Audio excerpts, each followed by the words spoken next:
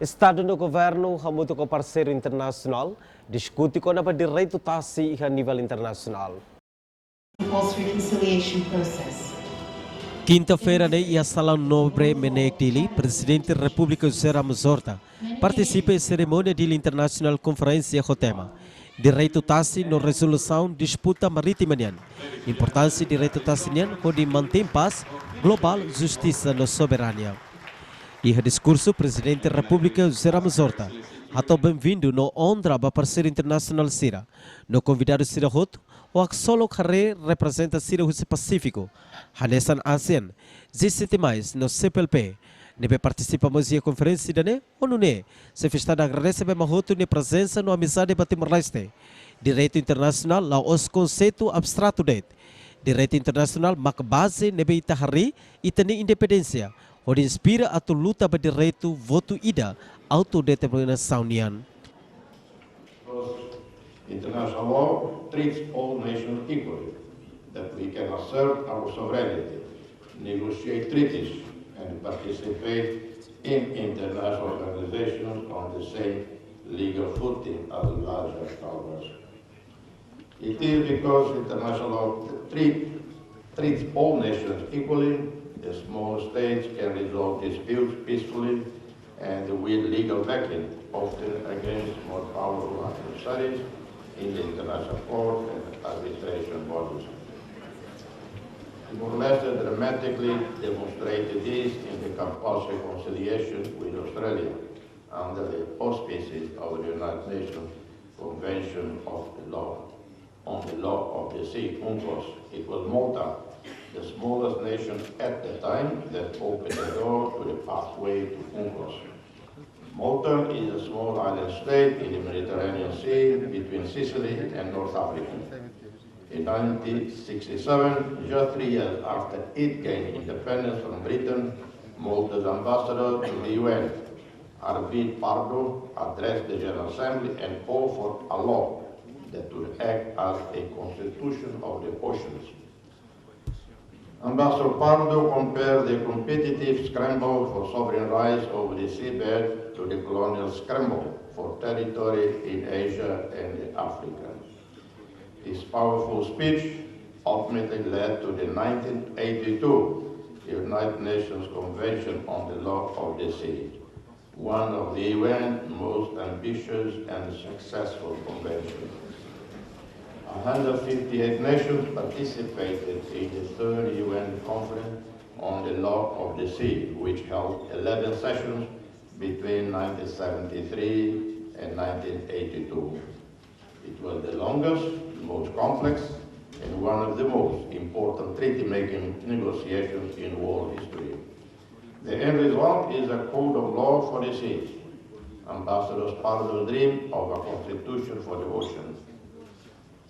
It was a major international effort to define the rights and duties of nations in the use of the world's ocean, an area that covers over 70% of the Earth's surface. Some of the debates during the negotiation of UNCLOS, like the climate change debate today, were between developing and developed nations. Developing countries argue that the traditional rules governing the ocean were imposed by the developed world, and that a new ocean regime was necessary to reduce inequities in the development and exploitation of marine resources.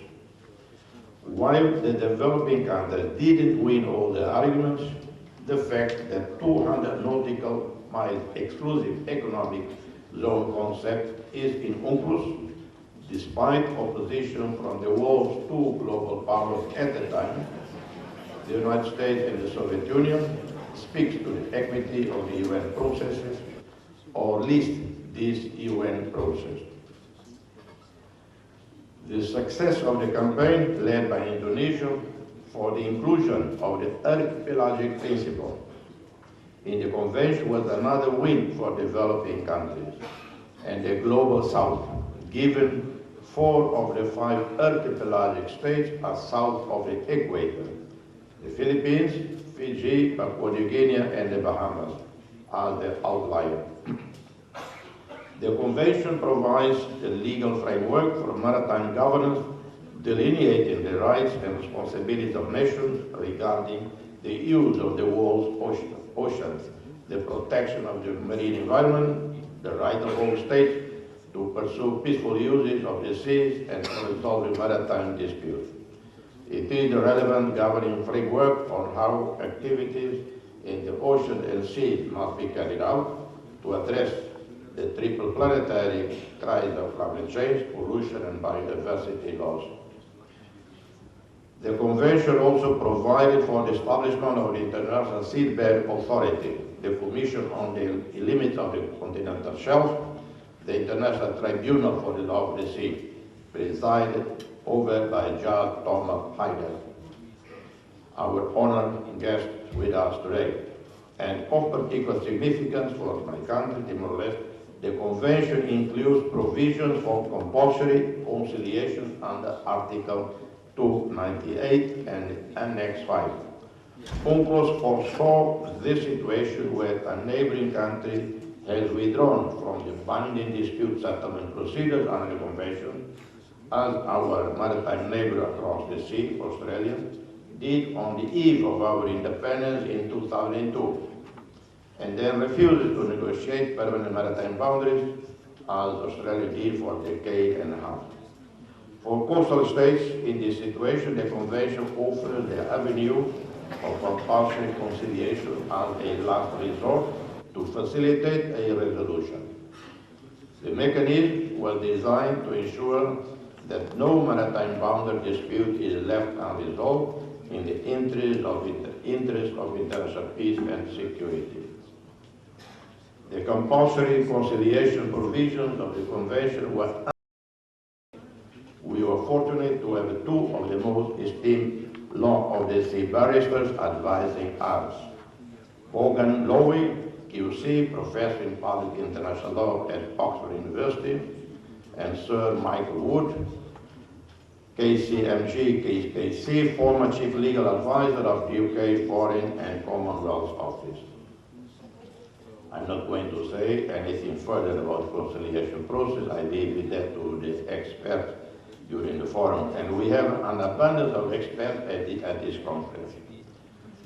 At this afternoon panel session on lessons learned from the Timor Sea conciliation, you will hear from the chair of Conciliation Commission, His Excellency Ambassador Peter Taxen Jansen, Ambassador of Denmark to Italy. In another session, we will hear reflections on the conciliation from his fellow conciliators, Judge Rudiger Wolfram from Germany, Judge Abdul Oroma from Sierra Leone. Além neste vistado horta salenta kata, conferência nessa encontro único ida, o parseiru sira kona direitu internasional tasinian. O mundo tomak no hanesan oportunidade ida atau explora, na celebra cooperação legal global, atau serviço hamutuk de defende direitu internasional no projeto tasinian. Enquanto participa da conferência internacional, o presidente da República José Ramos Horta, primeiro-ministro Cairala Sanan Guzmão, presidente do Parlamento Nacional Fernanda Lai, membro do Governo, membro do Parlamento, diplomata, parceiro internacional, inclui convidado Sira. A reportagem Domingos Amaral, TVE. Reconciliation process, demonstrating that the rule of law can overcome tension.